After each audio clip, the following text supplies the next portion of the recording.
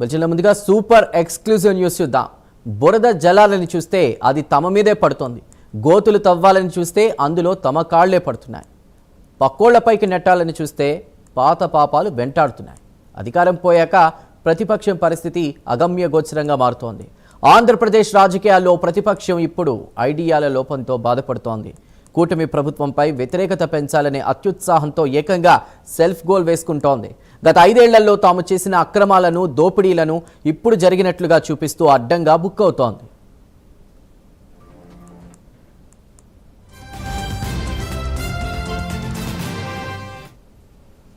మైలవరంలో మాజీ మంత్రి జోగి రమేష్ చేసిన మట్టి రాజకీయమే ఇందుకు తాజా ఉదాహరణ. గత ప్రభుత్వ హయాంలో జరిగిన అక్రమ తవ్వకాల ప్రాంతాలను చూపిస్తూ ఇప్పుడు ఏదో జరిగిపోతుందని ఆయన చేస్తున్న హడావిడి చూసి సొంత పార్టీ శ్రేణులే విస్మయానికి గురవుతున్నాయి.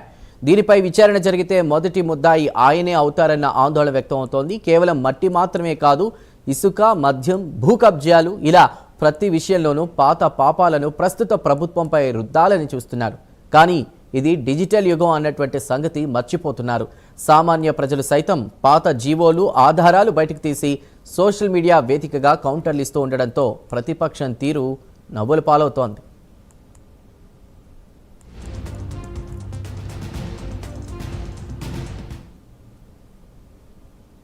ఇదే అంశంపై పూర్తి వివరాలని మా ప్రతినిధి రవికృష్ణ అందిస్తారు. రవికృష్ణ, ఎక్కడికక్కడ కూడా ప్రతిపక్షంగా చెప్పుకుంటున్న వైసీపీ ఇబ్బందులు ఎదుర్కొంటుందా ప్రజల నుంచే? ఏదైతే మైలవరానికి సంబంధించి మైలవరంలో ఏదో భయంకరమైనటువంటి దోపిడీ జరుగుతుంది అన్నట్టు సూచించే దిశగా కూడా అక్కడ మొన్నైతే మాత్రం 4 రోజుల క్రితం అయితే జోగి రమేష్ అయితే ప్రయత్నించారు. మాజీ మంత్రి జోగి రమేష్ అయితే ప్రయత్నించడం జరిగింది. ప్రధానంగా కూడా ఆయన అక్కడ ఉన్నటువంటి ఒక మైనింగ్ దగ్గరికి వెళ్ళి, ఇక్కడ పెద్ద ఎత్తున మైనింగ్ జరుగుతుంది, అక్కడ జరిగేటువంటి ప్రాంతం, అక్కడ ఉన్నటువంటి గుంటలను చూపిస్తూ కూడా కూటమి ప్రభుత్వం అధికారంలోకి వచ్చిన తర్వాత ఈ విధంగా అక్రమాలు జరుగుతున్నాయి అని ఒక రిపోర్టర్ కన్నా మించి ఆయన అయితే మాత్రం అక్కడి నుంచి గ్రౌండ్ రిపోర్ట్ ప్రెజెంటేషన్ అయితే ఇవ్వడం జరిగింది. ఆ రోజు వరకు మాత్రం అది ఒక సెన్సేషన్ గానే మారింది. తర్వాత దానికి సంబంధించినటువంటి అంశాలన్నీ బయటపడినటువంటి క్రమంలో అయితే మాత్రం వైసీపీ నేతలే తలలు కట్టుకుంటున్నటువంటి పరిస్థితులు ప్రస్తుతం అక్కడ కనపడుతూ ఉన్నాయి.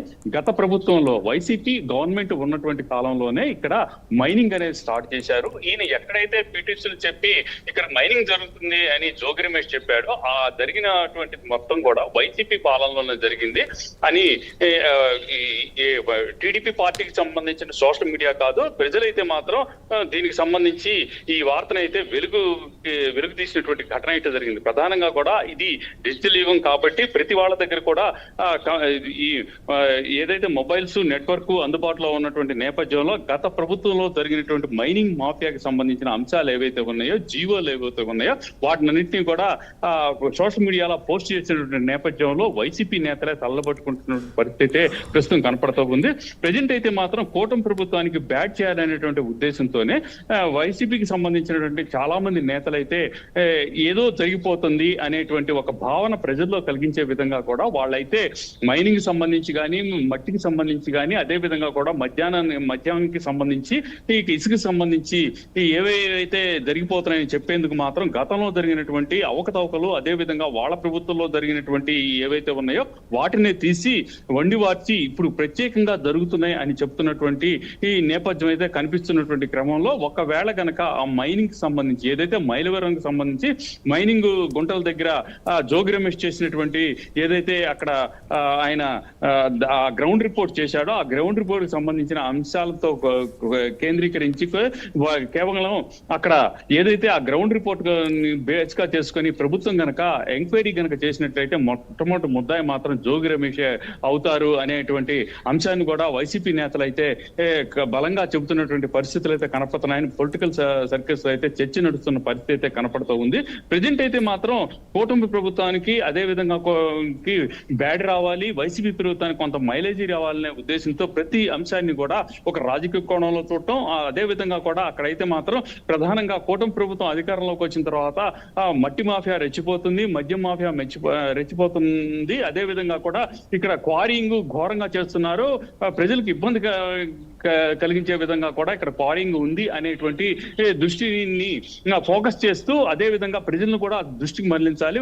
కూటమి ప్రభుత్వానికి సంబంధించి వాళ్ళని అయితే మాత్రం ఒక నెగిటివ్ థాట్స్ అనేది వాళ్ళ కలిగించాలనే ఉద్దేశంతో ఇటువంటి చేస్తున్నటువంటి క్రమంలో ప్రధానంగా కూడా ఏదైతే వీళ్ళు చేస్తున్నటువంటి కార్యక్రమాలు ఏవైతే ఉన్నాయో అవి సెల్ఫ్ గోల్ అవుతున్నాయి, వైసీపీకే ఇబ్బందికరమైన పరిస్థితులు వస్తాయని చెప్పి రాజకీయ విశ్లేషకులు అయితే చెప్తున్న పరిస్థితులు అయితే ప్రస్తుతం కనపడతా ఉంది.